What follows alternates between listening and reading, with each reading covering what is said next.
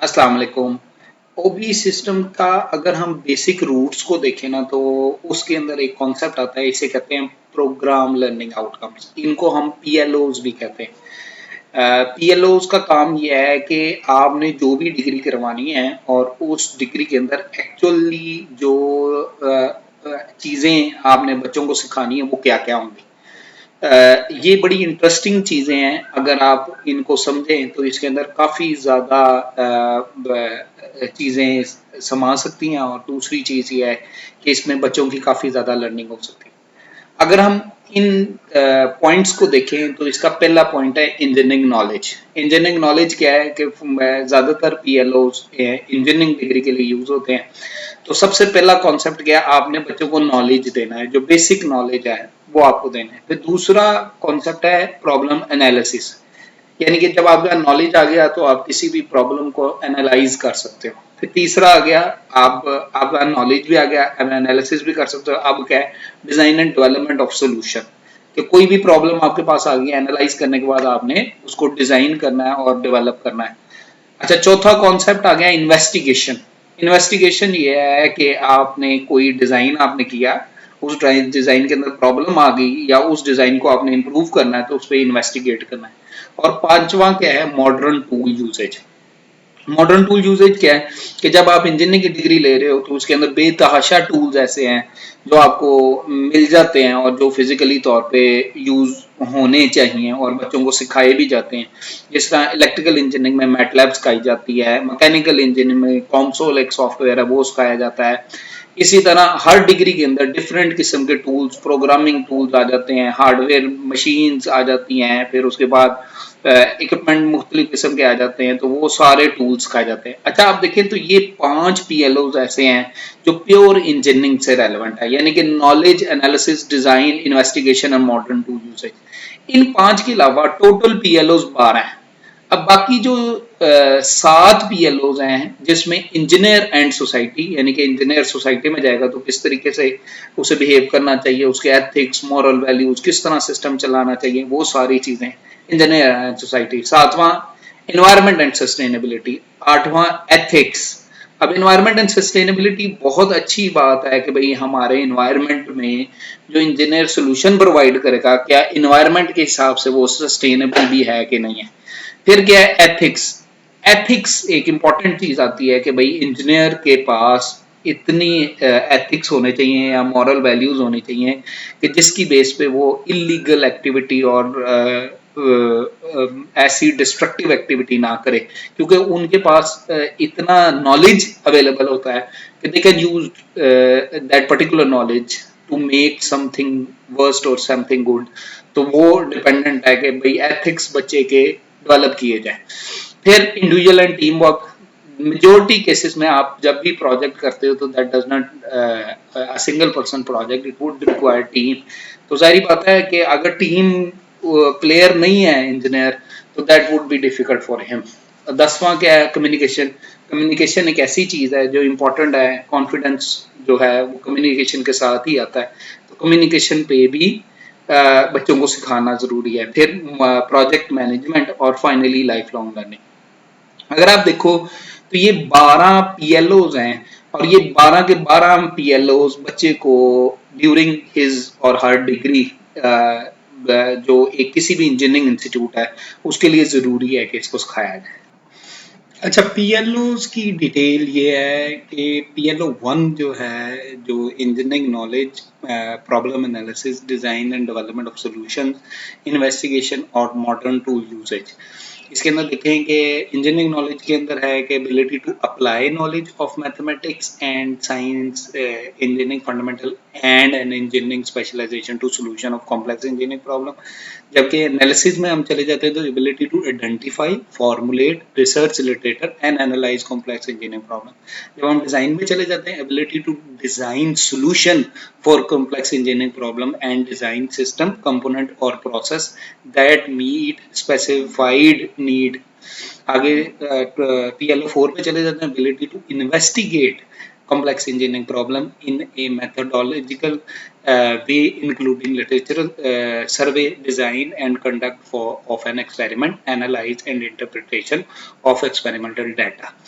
आगे आ जाता है modern tool usage and ability to create, select and apply appropriate technique, resources and modern engineering and IT tools including prediction and modeling to complex engineering problem activities. अच्छा, ये 5 आप अगर देखो तो इसके अंदर एक कीवर्ड कंटिन्यूअसली आ रहा है, कॉम्प्लेक्स इंजीनियरिंग प्रॉब्लम। दूसरी चीज, इन पांचों में देखो तो जो पहले 4 हैं वो ब्लूम टेक्सोनॉमी में कॉग्निटिव पे आते हैं, जबकि पांचवा जो है और चौथे का एंड जो है वो साइकोमोटर पे चला जाता है। साइकोमोटर का मतलब है कि आपने हाथ से कुछ करना है और कॉग्निटिव का मतलब है आपने दिमाग से कुछ करना है। तो आप देखो PLO1 कॉग्निटिव में आ रहा है, यानी कि engineering knowledge, PLO2 problem analysis cognitive में आ रहा है, PLO3 डिजाइन एंड डेवलपमेंट बी कॉग्निटिव में आ रहा है, PLO4 इन्वेस्टिगेशन है। तो इन्वेस्टिगेशन नॉर्मली या तो आप हार्डवेयर पे कर रहे होते हो और या फिर आप किसी प्रॉब्लम को एनालाइज कर रहे होते हैं विद इन थ्योरी क्लासेस वगैरह। तो ये जब लैब में होगा तो साइकोमोटर पे चला जाएगा, और जब आप क्लास में करा रहे होगे तो दैट वुड बी कॉग्निटिव। और PLO5 क्योंकि मॉडर्न टूल यूजेज हैं, ये टूल नॉर्मली इंजीनियरिंग के हाथ से आपने इंप्लीमेंट करने हैं, तो मेजोरिटी टूल्स कॉग्निटिव की बजाय साइकोमोटर पे आ रहे होते हैं। अच्छा, इसके बाद जो PLO6 ऑनवर्ड है ये ज्यादातर कॉग्निटिव पे नहीं आते, जिस तरह इंजीनियर एंड सोसाइटी है, an ability to apply reasoning, informing by contextual knowledge to assess social health, safety, legal and cultural issues। आगे चले जाते हैं PLO7 environment and sustainability, an ability to understand the impact of professional engineering solution in societal and environmental context and demonstrate knowledge of and need for sustainable development। तो आप देखें तो sustainable development goals हैं internationally, वो तकरीबन 17 है। तो environment and sustainability क्या है कि आपने जो है उन गोल्स के अकॉर्डिंगली जो है आपने एज एन इंजीनियर उसको इम्प्लीमेंट करना है।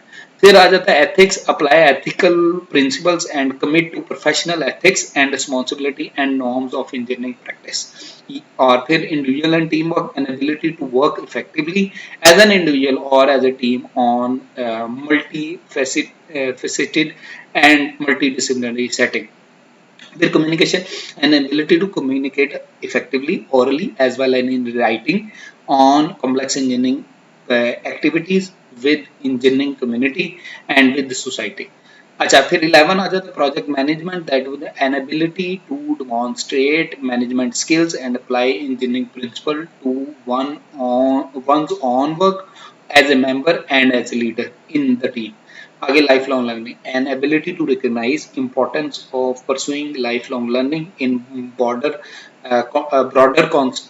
Context of innovation and technological development. अब आप देख लो PLO6 से ऑनवर्ड, PLO6 इफेक्टिव डोमेन में है, PLO7 इफेक्टिव डोमेन में है, PLO8 इफेक्टिव डोमेन में है, PLO9 इफेक्टिव डोमेन में है, PLO10 इफेक्टिव डोमेन में, PLO11 और PLO12 भी इफेक्टिव डोमेन।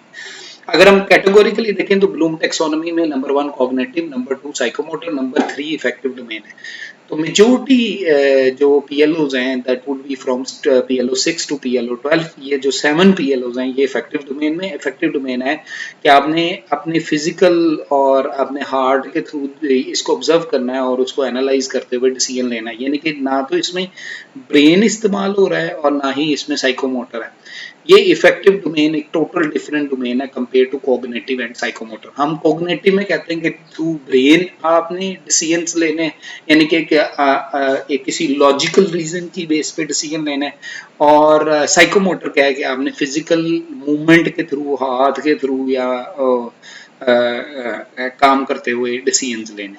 तो ये PLOs की बेसिक अंडरस्टैंडिंग है अगर इसमें डिटेल के लिहाज से। अब क्या होता क्या है कि जब हम PLOs डिफाइन कर लेते हैं तो किसी भी कोर्स के PLOs जो हैं, PLOs क्योंकि प्रोग्राम के होते हैं, प्रोग्राम लर्निंग आउटकम होता है, इन प्रोग्राम लर्निंग आउटकम को फिर हम कोर्सेज के अंदर पार करते हैं, और उन कोर्सेज के अंदर जब हम पार करते हैं तो फिर इनको कहते हैं कोर्स CLOs कहते हैं, कोर्स लर्निंग आउटकम्स कहते हैं। अब ये कोर्स लर्निंग आउटकम क्या है कि आपने छोटी छोटी स्टेटमेंट लिखी हर कोर्स के अकॉर्डिंगली। जिस तरह आपने पहला लेट्स सपोज कोर्स कराया डीएलडी, तो डीएलडी में आपने बताया कि कौन सा पीएलओ है और कौन सा पीएलओ किस ब्लूम टेक्सोनॉमी लेवल पे मार्क हुआ है, और उसके अकॉर्डिंगली आपने सीएलओज बनाए। यानी कि पीएलओज मेन है, उन पीएलओ को पार्क कर रहे हैं अकॉर्डिंग टू योर कोर्स या रिक्वायरमेंट के भाई आपने ये वाला कोर्स कराया और ये वाला कोर्स किन किन पीएलओ में है, और कौन सा पीएलओ किस कॉग्निटिव डोमेन में या साइकोमोटर में या इफेक्टिव डोमेन में किस लेवल पे है। तो ये फिर आपने उसके अकॉर्डिंगली डिसाइड करना है। तो ये वो मैपिंग होती है कि हर सब्जेक्ट किसी ना किसी डोमेन में रजिस्टर होता है पीएलओ के लिहाज से और ब्लूम टेक्सोनॉमी लेवल के लिहाज से। Thank you ji.